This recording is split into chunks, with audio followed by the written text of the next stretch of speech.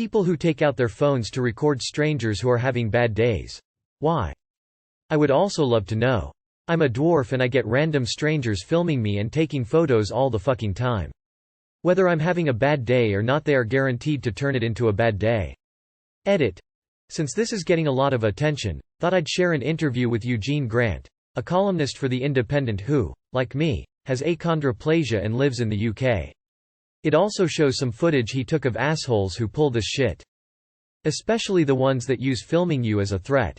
I was just doing my job one day when this customer got extremely upset because she wasn't getting her own way and got her phone out and stuck it in my face and started filming. I really wanted to grab it out of her hand and launch it as far as I could, but luckily I didn't take the bait and kept my job. When I did first aid at my last job, the asshole who pulled out their phone to start filming was the person who was designated to call 911 and go wait for the ambulance. I would usually take the phone from them and dial 911 on speaker and hand it back to them so I could talk, then go, "Okay, now go wait for the ambulance and bring the paramedics here." They were usually so unbalanced that I grabbed their phone, they didn't have a chance to object. So, now I have someone taking care of the paramedics and the asshole filming is gone. Don't be that guy. Nobody respects you. Me and my friend were wearing our bathing suits at a water park and one of the staff members was taking video of us. So, I went up to him and freaked out, demanding he show me he delete it. We were like 14 at the time and he was probably like 50. Now that I'm older and wiser, I should have reported him to the water park. I did it once when I saw a lady slapping the shit out of her boyfriend in public. I was only taking photos while having a stroll when it happened, and I thought that the cops would be right along. She eventually stormed off. He noticed me and started screaming at me to delete the video. I explained that it was evidence that he didn't start or participate in the fight, and he calmed down. Cops never came, we went our separate ways, and I deleted the video. I would have done it for anyone, no matter who. I don't even think about uploading it for people to snicker at public freakouts. Because likes and views fill the void in insecure people. Fake internet points. I had a migraine at Disney Springs and was trying not to cry in pain, and some dude tried to sneakily film me. I glared at him before covering my face and turning away so I would significant other like to know.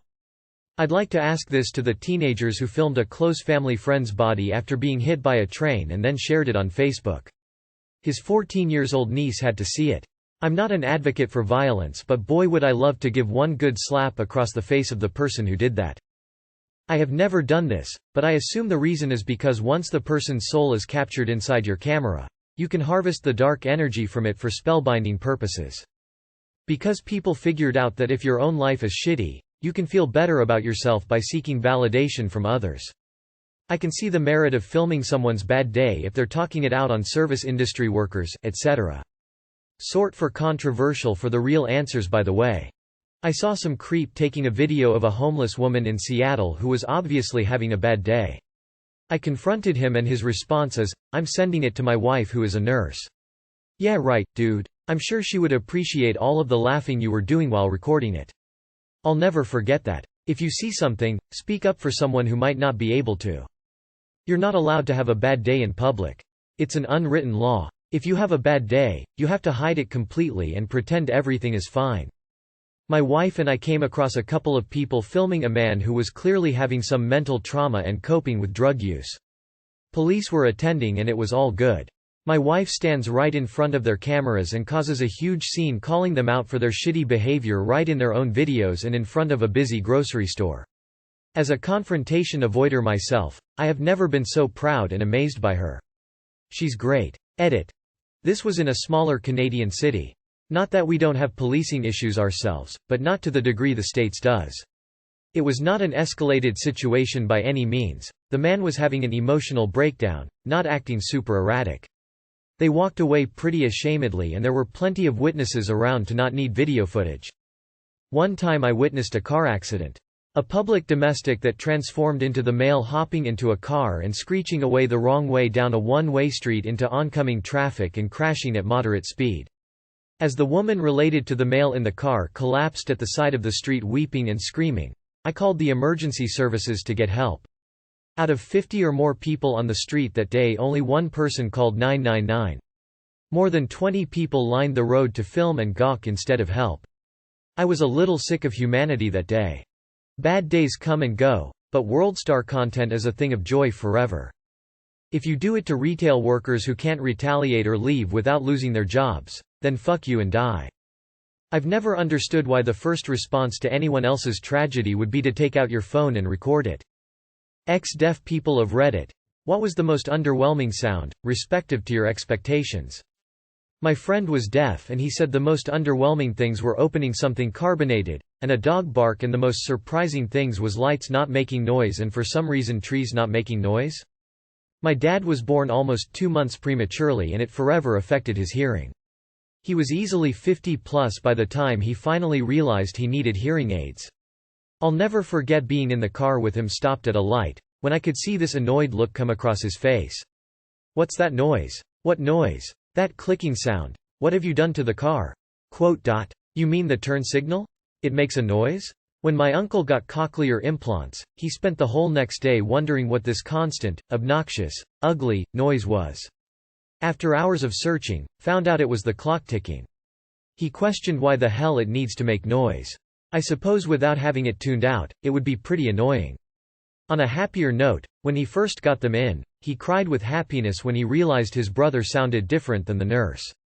There was a thread along these lines at some point in the past, and I remember someone commented that they were surprised the son didn't make any sound. My sister refused to get hearing aids for the longest time. She finally got some and she said the first thing she noticed was like a weird popping sizzling sound. It was the carbonation in her soda. I was 90% and 75% deaf at 6. After surgery I recall crying at the vacuum cleaner for a while. It was significant other loud and the noise overwhelmed me. My friend said grocery cart wheels making a sound was both surprising and irritating. I've worn HA all my life though until around 2010 they had always been analog, so not very good at picking up little sounds. I was being fitted for my first pair of digital HA and kept hearing this odd noise, even asking my audiologist what's that noise? Turned out it was me moving my feet on the carpet. I'd never heard that shifting around sound before. Got newer and even better ones a couple of weeks ago and holy cow, I now hear all sorts of noises I've never heard. Technology can be a wonderful thing. Edit. Wow, what a response, thanks for the awards and the questions. Also, remembered another sound, the bubbles popping in a soda, Coke. Never had heard those little fizz pops before. When I got my hearing aids, I remember sitting in my room and think it was pouring down outside. Went to have a look, dry AF. Turns out it was the sound of my clothes moving against each other.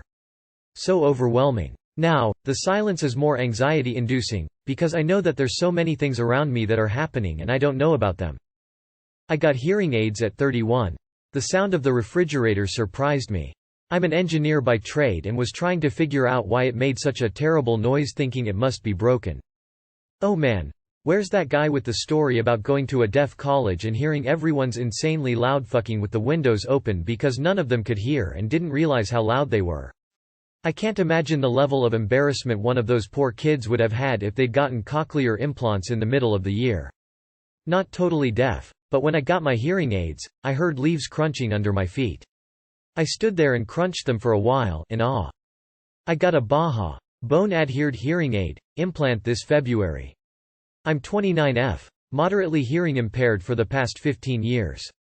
I'm still surprised by clothing rustling, my own footsteps, my stomach making quiet gurgling sounds, the sound when I scratch and itch, squirrels running across the roof, smile, rain picking out individual instruments in a song. I hate that I now hear chewing and eating sounds, farts. I used to only hear the loud ones. Peeing is significant, other loud background TV noises in businesses. Used to just be white noise for me. Now that I can parse speech, it's super distracting, random neighborhood sounds. E.g. children yelling, dogs barking, weed whackers, etc. And the sound quality of music is kinda meh via my implant. Still 50,000x worth it. My father-in-law always had terrible hearing until he got hearing aids a few years ago. Like a few others in this thread, he was amazed at all the bird noises. He revealed that when his wife used to talk about how lovely the birdsong was, he used to think, geez, give it a rest, Mary fuckin' Poppins. He's also been notorious for ignoring the "your seatbelt is unbuckled" beep when he starts driving. The tension would build palpably in the car, as everyone else waited for him to put on the stupid seatbelt and stop the horrible noise. Eventually someone would crack and shout for him to put it on. I thought he was just being a deliberate dickhead, but turns out to him the beeping was just very soft. A friend of mine is female, important point, and was a deaf woman who accepted cochlear implants. What surprised her the most is that her breasts didn't make bouncing noises when she walked. Not deaf, but moderate hearing loss. When I got my hearing aids I was shocked that I could hear other cars while driving. That and the TV was a lot louder than I realized. The beeps and boops that a hearing test make are so underwhelming. I mean this thing that I had a ton of anxiety about that I previously couldn't hear, were soft and unlike my expectations. For all I knew when I was deaf these were the biggest most important test and they weren't loud or obvious to me when I could hear. My hearing is still impaired but only at certain frequencies and it can be really silly. Sirens that everyone else find annoying I've never minded. My daughter has had hearing aids since the age of 3 months old. She is now 7, and 4 months ago received cochlear implant surgery. Even with hearing aids, she had never heard a bird chirp, or a plane overhead without it being pointed out. Then she could focus and hear it. But passively, could not hear it. She now tells me when she hears the birds and it melts my heart. Not what you were asking, but a happy dad story. Edit. Wasn't expecting awards and 1,000 upvotes. Thanks all. When I first got hearing aids at age 6, I was riding in the car home and first noticed the sound of the car. Then I started rubbing my jacket, and realized that my hand rubbing on material made a sound too. My mom turns around and says, "Stop that, why are you rubbing your jacket so much?" I responded simply, "I can hear it." She instantly started crying. I once heard from a deaf person that he always was told farts do make a sound so he tries to not fart around people. I imagine deaf people think they're pretty loud considering they probably get looked at every time they fart loudly.